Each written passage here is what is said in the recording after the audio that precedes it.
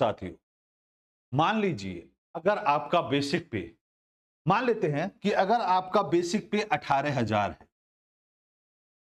और इस 18,000 के आधार पर अगर फिटमेन फैक्टर 1.60 हुआ या 2.57 हुआ, या जो मांग की जा रही है कि ज्यादा से ज्यादा जो होना चाहिए 3.25 हुआ, तो कहानी ही बदल जाएगी। इस वीडियो में आपको कॉन्सेप्ट भी समझाऊंगा, चार्ट से कंपेयर भी करूंगा और अंत में आप खुद अपनी सैलरी एस्टिमेट भी निकाल पाएंगे। सबसे पहले 8 पे कमीशन का प्रोसेस एक्टिव है, इसको समझिए। आयोग ने अगर हम बात करें तो स्टेक होल्डर से इनपुट लेने के लिए क्वेश्चनरी जारी कर दिया है और रिस्पांस माई गवर्नमेंट के जरिए मांगे गए हैं, जिसकी लास्ट डेट की अगर हम बात करें तो उसकी लास्ट डेट जो रखी गई है, लास्ट डेट है आपकी 16 मार्च। 16 मार्च इसकी लास्ट डेट रखी गई है।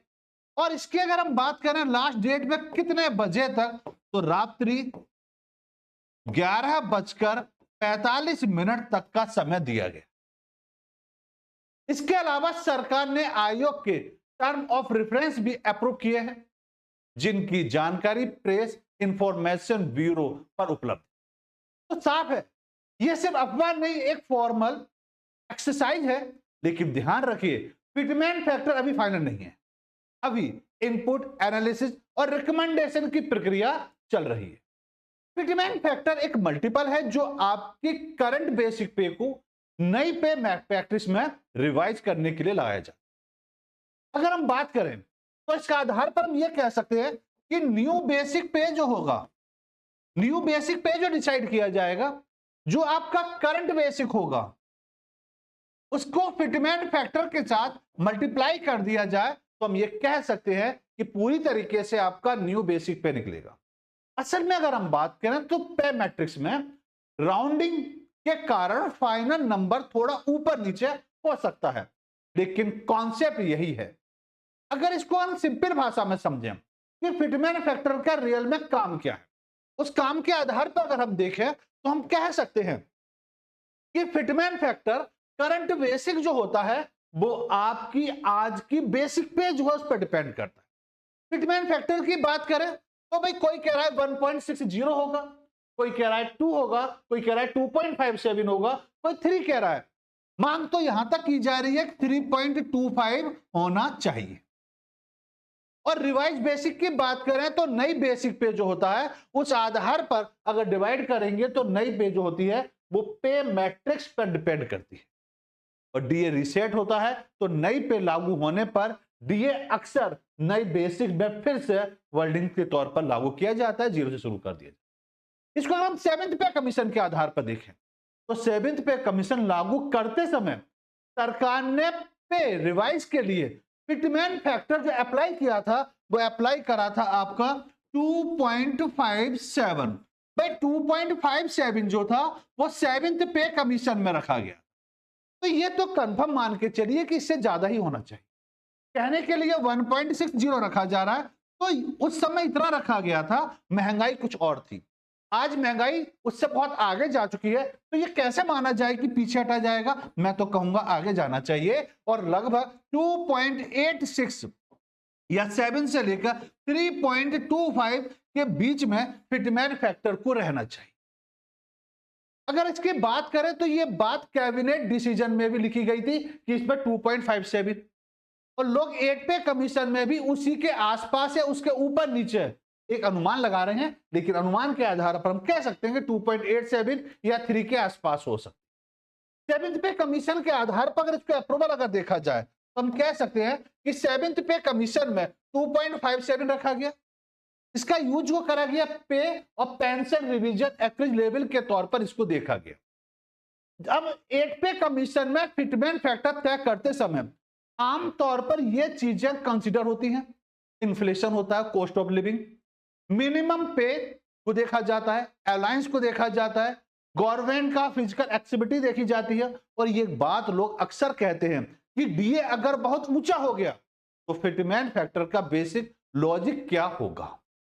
तो कॉन्सेप्ट के तौर पर देखा जाए तो कुछ लोग ऐसे समझते हैं कि अगर डीए 60% क्रॉस हो जाता है, तो डीए की अगर हम बात करें तो ऐसा मानते हैं कि जो डीए है, अगर डीए 60% से ऊपर हो जाएगा तो उस आधार पर फिटमैन फैक्टर को तय किया जाता है, और उस आधार पर एक अनुमान नंबर जो निकल कर आता है 1.60 या उसके आसपास निकल कर आता है।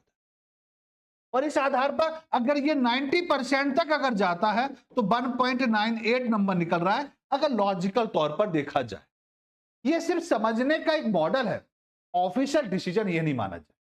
अगर इस ओवर पर देखा जाए तो हम कह सकते हैं कि अगर किसी का बेसिक पे 18,000 है, अगर डीए 60% रहा तो 10,800, बेसिक प्लस डीए ऐड होने पर कितना बनेगा 28,000, और न्यू बेसिक जो बनेगी 1.6 अगर फिटमैन फैक्टर रहा तो 28,800 बन रहा है।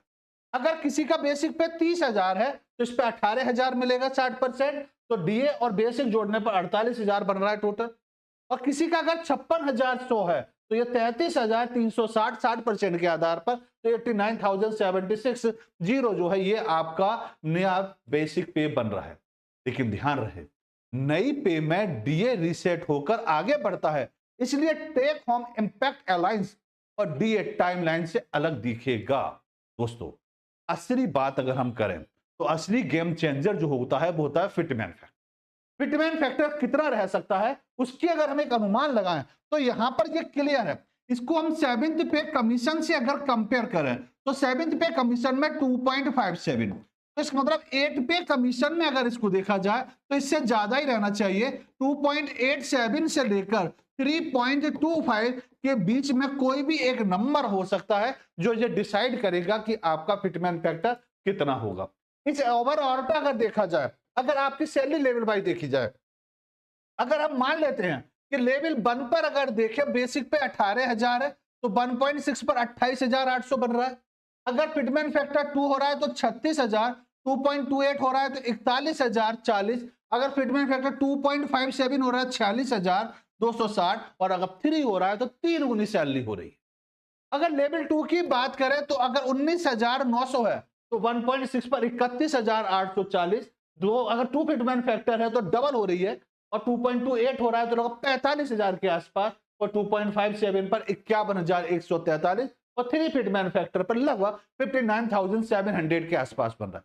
अगर यही बात लेवल 5 पर देखी जाए और किसी का बेसिक पे अगर 29,200 है तो 1.6 पर 46,720, 2 पर अगर देखा जाए तो 58,400, 2.28 देखा जाए तो 66,000, और 2.57 देखा जाए तो 75,000, और 3 पर देखा जाए तो 87,600 के आसपास। और लेवल 10 पर अगर हम बात करें जो 56,100 बेसिक पे है, उस आधार पर 1.6 पर कितना बनेगा 89,000, 2 पर बनेगा लगभग 1,12,000 के आसपास, 2.28 पर बनेगा 1,27,000, 2.57 बनेगा 1,41,000, और 3 पर लगभग 1,68,300 के आसपास बनता हुआ दिखाई दे रहा है। इस आधार पर हम ओवरऑल देखा जाए, अब पूरी तरह से देखा जाए तो फिटमैन फैक्टर जो निकल कर आ रहा है ओवरऑल एक अनुमान के आधार पर, तो हम ये कह सकते हैं कि फिटमैन फैक्टर 2.57 होना चाहिए, या तो 2 से लेकर 2.57 के बीच में कोई नंबर हो सकता है, या हम कह सकते हैं कि 2.57 से लेकर 3.25 के बीच में कोई भी नंबर हो सकता है। तो इस आधार पर हम कह सकते हैं 2 से लेकर 3.25 के बीच में कोई एक नंबर हो सकता है जो आपके फिटमैन फैक्टर पर डिसाइड करेगा, और यही फिटमैन फैक्टर पूरा फोकस पॉइंट बदलेगा, और यही गेम चेंजर के तौर पर देखा जाए।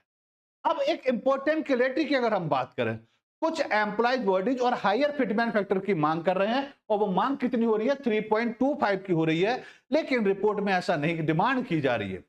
डिमांड और फाइनल रिकमेंड आयोग देगा, फिर भी गवर्नमेंट अप्रूवल से लागू होने के बाद ही डिसाइड होगा कि रियल में फिटमैन फैक्टर क्या होगा। और एक प्रैक्टिकली चीज, अगर आप स्टेक होल्डर कैटेगरी में आते हैं तो क्वेश्चनरी के जरिए फीडबैक देना चाहते हैं, तो लास्ट डेट फिर से सुन लीजिए, लास्ट डेट आपके पास है 16 मार्च 2026, और रात्रि अगर हम बात करें तो 11:45 तक का समय आपको दिया गया है, जहां पर आप अपने बातों को रख सकते हैं। रिस्पांस माई गवर्नमेंट पोर्टल के जरिए लेने की बात की, कोई व्हाट्सएप वगैरह अदर से कोई चीजें नहीं ली जाएगी। वीडियो यूजफुल लगी हो तो लाइक करें, शेयर करें, फॉलो जरूर करें, क्योंकि 8 पे कमीशन की हर ऑफिशियली अपडेट को सिंपल भाषा में डिकोड करके मैं फिर आपके सामने लेकर आऊंगा। तब तक के लिए जय हिंद, जय भारत।